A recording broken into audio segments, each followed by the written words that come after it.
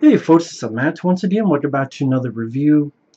This is for a guy named Jonathan Lindsay because recently he had sent me this film on Blu-ray, which was on my wish list, which this will be the next review. Fun, decent little slasher film. But before I get to that, he also wanted a review for this, which was fine with me because this is Spinal Tap is an entertaining mockumentary. It's a fake documentary about this fake rock band called Spinal Tap who are going on another tour of the United States. And you have three guys. You have Michael McKean, Christopher Guest, and Harry Shearer playing the band members. They also have a drummer because all the time they need a new drummer because their drummers always die in a weird death, like spontaneous combustion, or they choked on someone else's vomit.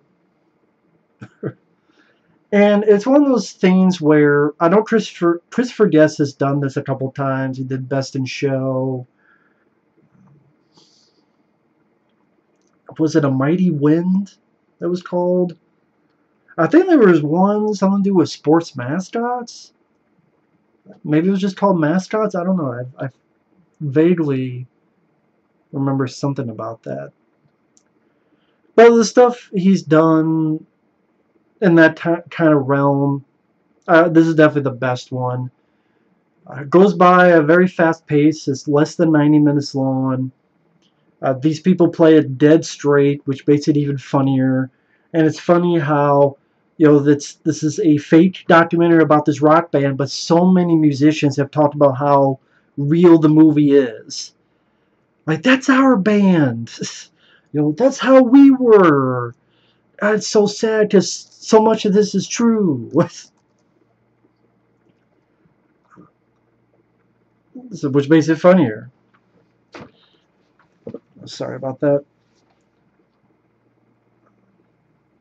From time to time, the concept is Rob Reiner plays this guy who's a fan, and he's directing this documentary of this group doing their new tour in the U.S.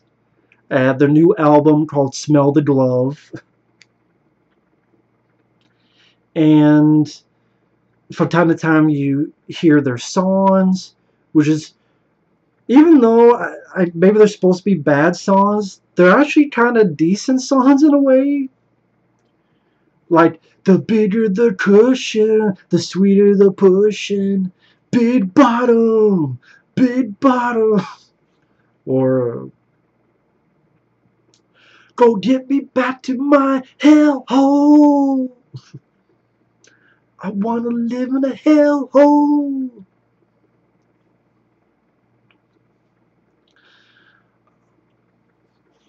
Their album is supposed to be coming out, but they're having problems because they don't want to use this cover where the woman's on a leash because they feel it's sexist. So later on in the film, it's just a black album, which is funny because years later, Metallica had the black album, and there's a bit on YouTube you can find where Metallica is talking with Spinal Tap, the real band, and saying, "Oh, yeah, our black album was inspired by your black album," which is interesting in retrospect. And how dead on these three guys are playing these rockers who are just so pretty much brain dead, and the problems that arise during the shows, like getting lost and trying to find a way to the room that they're supposed to be playing. They keep getting lost and turned around. The silly complaints they have, like the small bread, this large meat. Like, how am I supposed to do this? Stop. What am I supposed to fold the bread? No, you're not supposed to fold the bread. You keep breaking it. You're supposed to fold the meat. No, but if I fold the bread, no, you're not supposed to be folding the small bread. Or the whole sound system that goes to 11. Like, we need the extra kick. Where can we go? 10's the max. We go to 11. And Rob Reiner's like, well, why don't you just make 10 louder and make 10 to be the top? And then this long pause is like, but these go up to 11. It's just the dead-on performance that gets a good chunk of the laughs. And like I said, problems arise when they're performing. Like they have these cocoons, and Harry Shearer gets stuck in the cocoon. And then when it ends, he finally gets out. Oh shit! Let me go back. Gets caught, and he's like trying to play it up and not break the character being on stage. Or one of them playing this piano. It seems like a sweet song, but the song is called "Lick My Left Pump." Or Harry Shearer going through the metal detector. He keeps getting the beep, and then finally he pulls something out and it was in his pants. Or if they want the Stonehenge, Stonehenge. And it's supposed to be 18 feet long, but the way they wrote out a napkin, someone thought it was 18 inches. So when they're playing, it's just a fucking 18-inch thing with a bunch of little people dancing around it. And the way the characters talk with each other, converse with each other. Again, like people like Ozzy Osbourne and other people just talk about how real that movie is. That it might as well have been an actual documentary of a band. And how a lot of that stuff, really similar stuff like that would happen. And I mean, the stories following them through their tour, their gigs keep getting canceled one by one. This album doesn't do well. They're waiting and no one shows up. The manager gets blamed. The girlfriend of Michael McKean's character, she kind of becomes the new manager and now has them in this Air Force base. Which I can see real bands playing those kind of venues. I'm sure many of them have been stuck playing stuff like an Air Force base.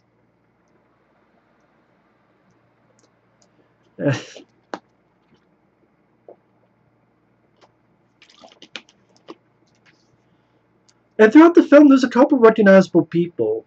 Fran Drescher, she's the woman who owns the company and tells them we can't have this black glove making a girl sniff it, and then she has a leash on. We can't have that cover on. She tells Spinal Tap that.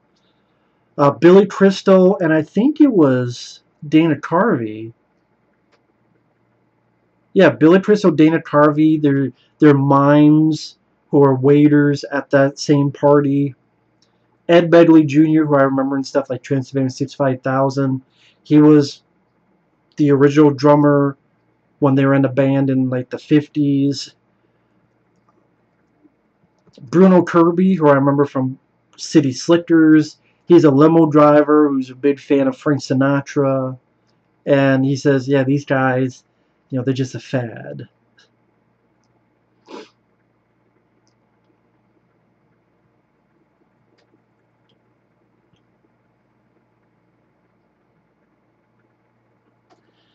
When Spinal Tap initially came out, everybody thought it was a real band. The reason it did go over everybody's head was that it was very close to home.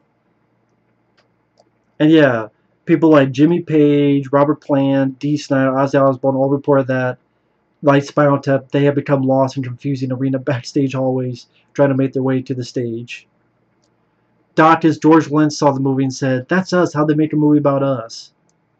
Glenn Danzig had a similar reaction when comparing Spinal Tap to his former band, The Misfits.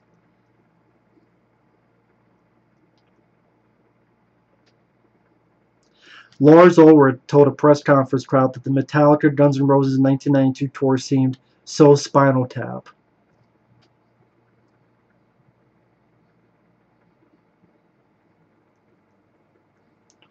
In 1992, Nirvana explains declining the offer to be a part of the movie Singles. Kurt Cobain goes on to say, "There's never really been a good documentary about rock and roll bands."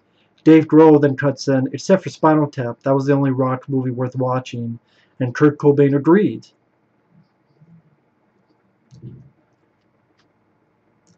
Aerosmith rhythm guitarist Brad Whitford says, "The first time Steven Tyler saw it, he didn't see any humor in it." because he thought this is how it is. U2 guitarist The Edge said in a documentary, Might Get Loud, that when he saw Spinal Tap, I didn't laugh, I wept, because it summed up what a brainless swamp big label rock music had become. Meaning, that's really how it was during that time, and they captured it so perfectly.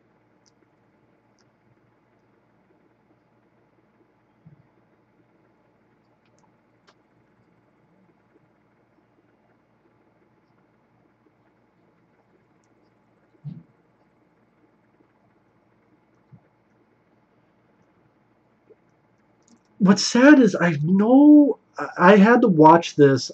Um, Someone did send me a word print copy, but I wanted to watch the theatrical version.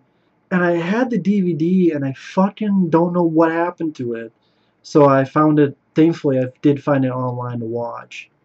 But definitely want to pick it up sometime. Because there is, I'm not sure, yeah, there is a 25th anniversary Blu-ray.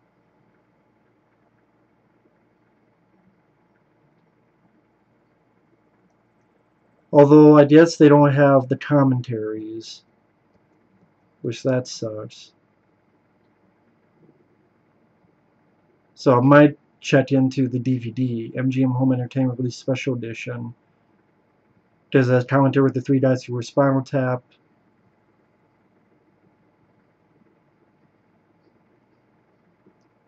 And they're in character on the commentary. That's funny.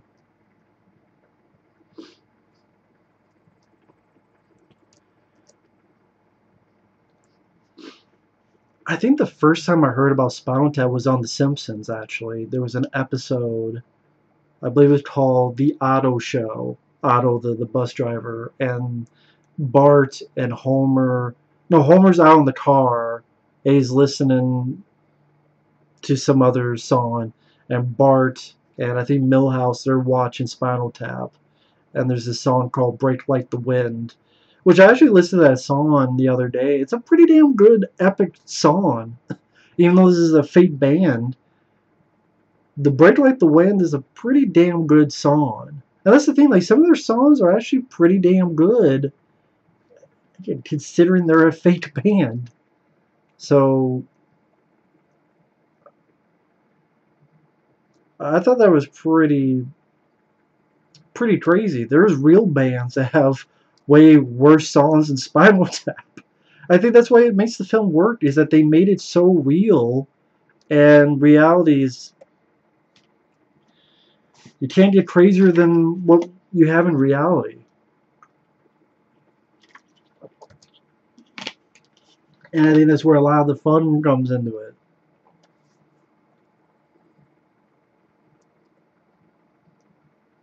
I'm looking up like all the other films Christopher Guest has done, directing wise.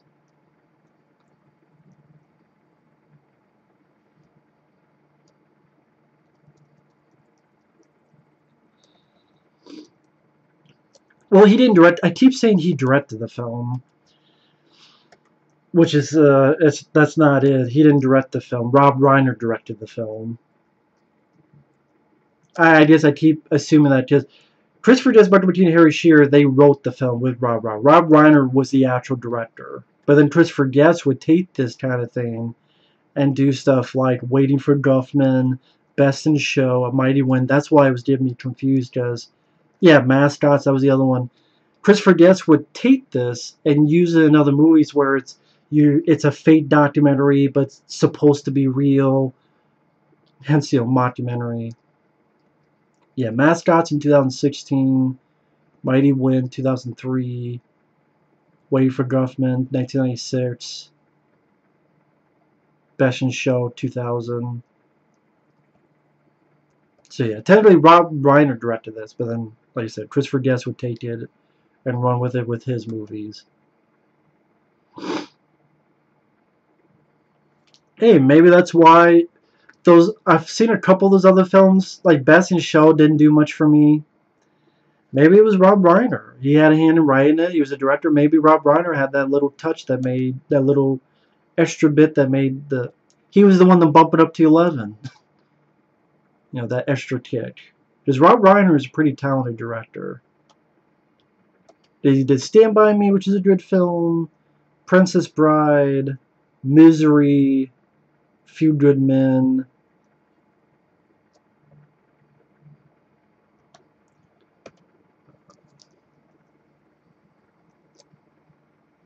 I didn't see the film he did last year, Shock and Awe.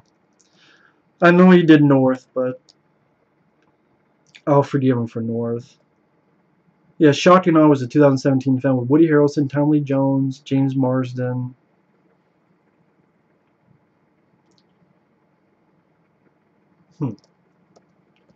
Decent cast. Anyway, back to This Is Spinal Tap. Fun movie, entertaining film. It ends with them finding out that they're popular in Japan, so they decide to reform the group and tour Japan instead.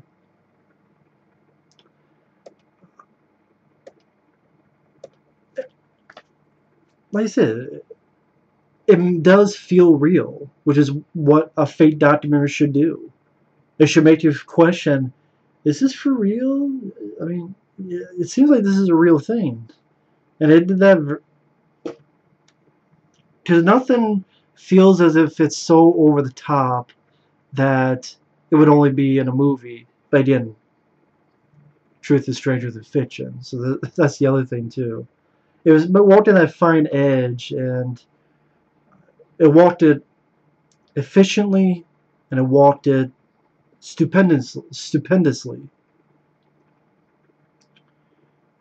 And the three were committed to their characters, and they did a wonderful job in the role as a Spinal Tap band.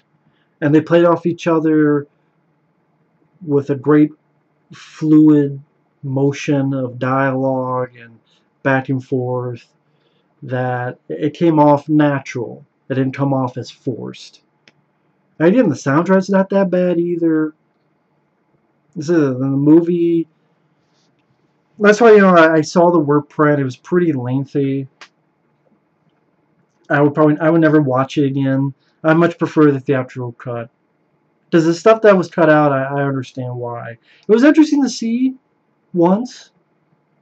I definitely give a shout out to Chris Rogers. He was nice enough to send that to me a while ago, among other stuff. Thank you so much. That was interesting, intriguing to watch. But I much prefer this. Because I mentioned this a lot in movies, pacing. That's, to me, one of the biggest things that people don't think about, but can make or break a movie.